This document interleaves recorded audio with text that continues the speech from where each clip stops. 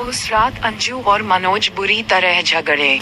मनोज अपने दोस्त के घर से पीकर आया था और अंजू ने अपनी सास के साथ झड़प हो जाने के बाद कुछ देर पहले ही तय किया था कि वह अपनी ससुराल में किसी से डरेगी बेगी नहीं।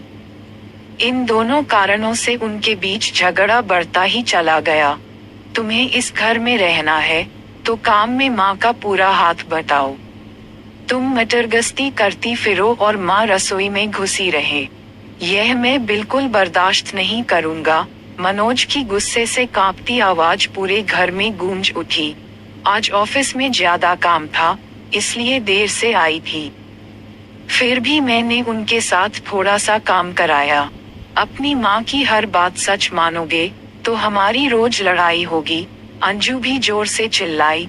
उनकी रोज की शिकायत है कि जिस दिन तुम वक्त से घर आ जाती हो उस दिन भी तुम उनके साथ कोई काम नहीं कराती हो। उस रात मनोज ने अपनी दूसरी पत्नी पर पहली बार हाथ उठा दिया। उनकी शादी को अभी 2 महीने ही बीते थे। तुम्हारी मुझ पर हाथ उठाने की जुर्रत कैसे हुई? अब दोबारा हाथ उठा कर देखो, मैं अभी पुलिस बुला लूंगी।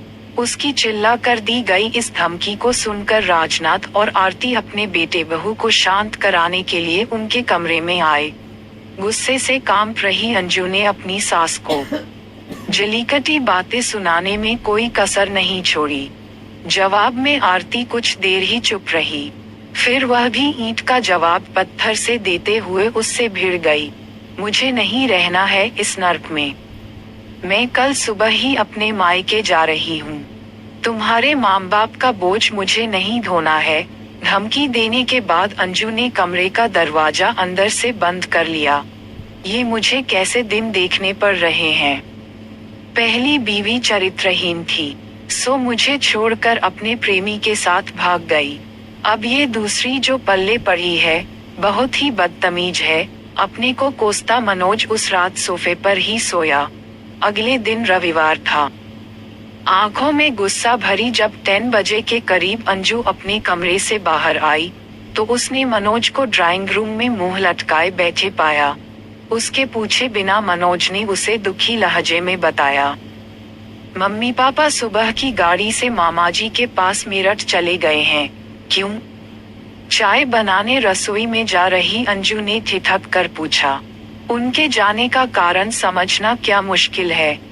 मुझे जबरदस्ती कसूरवार मत ठहराओ प्लीज। तुम्हारी माताजी ने मुझे 1 की 4 सुनाई थी। वे दोनों बीमार रहते हैं।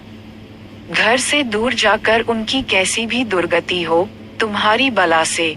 जब आज मैं ही घर छोड़कर जाने वाली थी तो तुमने उन्हें रोका क्या नहीं? मैंने बहुत कोशिश करी पर पापा नहीं माने। वे कब तक लौटेंगे? कुछ बताकर नहीं गए हैं।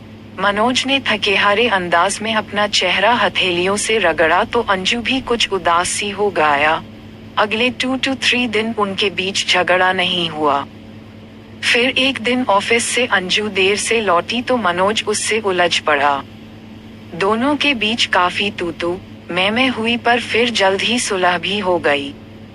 तब दोनों के मन में यह विचार एक साथ उभरा कि अगर आरती घर में मौजूद होती तो यकीनन झगड़ा लंबा खींचता। मनोज लगभग रोज ही अपने माता पिता से फोन पर बात कर लेता। अंजू ने उनसे पूरा हफ्ता बीत जाने के बाद बात करी थी। उसने उन दोनों का हालचाल तो पूछ लिया पर उनके वापस घर लौट आने की चर्चा नहीं छेड़ी। देखो, शायद अगले हफ्ते वापस आए। मनोज जब भी उनके घर लौटने की बात उठाता तो राजनाथ उसे यही जवाब देते। जब उन्हें मेरठ गए 1 महीना बीत गया तो अंजू और मनोज के मन की बेचैनी बढ़ने लगी। पड़ोसी और रिश्तेदार जब भी मिलते तो आरती और राजनाथ के लौटने के बारे में ढेर सारे सवाल पूछते। तब उन्हें कोई कारण बताना पड़ता और यह बात उन्हें अजीब से अपराध बोध का शिकार बना देती। लोगों के परेशान करने वाले सवालों से बचने के लिए दोनों दिन भर सुस्त ही रहे। पर शाम को उनका बाजार घूम आने का कार्यक्रम बन गया। पहले उन्होंने कुछ खरीदारी करी और फिर खाना भी बाहर ही खाया। उस रात अंजू को जी भर के प्यार करते हुए मनोज को एक बार भी अपने माता पिता का ध्यान नहीं, तब दोनों ने मेरठ जाकर उन्हें वापस लाने का फैसला कर लिया। अब वहां पहुंचकर उनसे बहस में मत उलझना। उन्हें मनाने को अगर सॉरी बोलना तो बोल देंगे। उनको साथ रखना हमारी जिम्मेदारी है, मामा जी या किसी और की नहीं। मनोज सारे रास्ते अंजू को ऐसी बातें समझता रहा। मामा मामी के यहाँ 2 दिन बिताने के लिए शुक्रवार की रात को करीब 9 बजे उनके घर पहुँच गए। उन दोनों से मामा मामी बड़े प्यार से मिले। उनकी नजरों में अपने लिए नाराजगी के भाव न देखकर अंजू मन ही मन हैरान हुई। दीदी और जीजाजी खाना खाने के बाद पार्क में घूमने गए हैं। अपने मामा की यह बात सुनकर मनोज हैरान रह गया।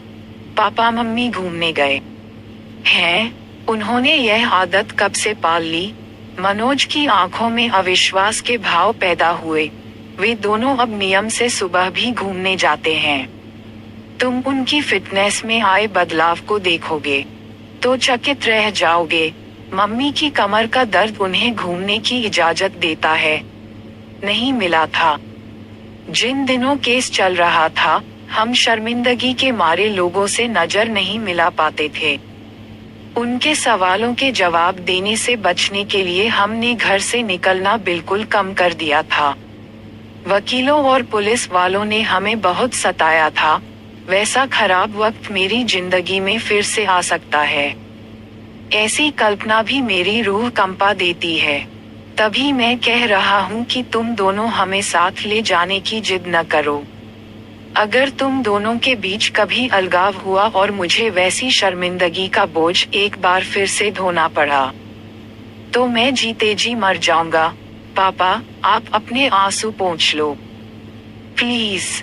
मैं वादा करती हूँ कि घर छोड़कर जाने की बात मेरे मुंह से कभी नहीं निकलेगी। अपने ससुर के मन की पीड़ा को दूर करने के लिए अंजू ने भरे गले से तुरंत उन्हें विश्वास दिलाया। और मैंने आज से शराब छोड़ दी। मनोज के इस फैसले को सुन राजनाथ जी ने भाव विभोर होकर उसे गले से लगा लिया। आरती, तुम पैकिंग शुरू करो और मैं इस खुशी के मौके पर सबका मुंह हलवे से मीठा कराता हूँ। बहुत खुश नजर आ रहे राजनाथ जी ने अपने बहू बेटे के सिर पर हाथ रखकर आशीर्वाद दिया और फिर रसोई की तरफ चले गए। दोस्तों, कहानी पसंद आई हो तो सब्सक्राइब करें और सपोर्ट करें।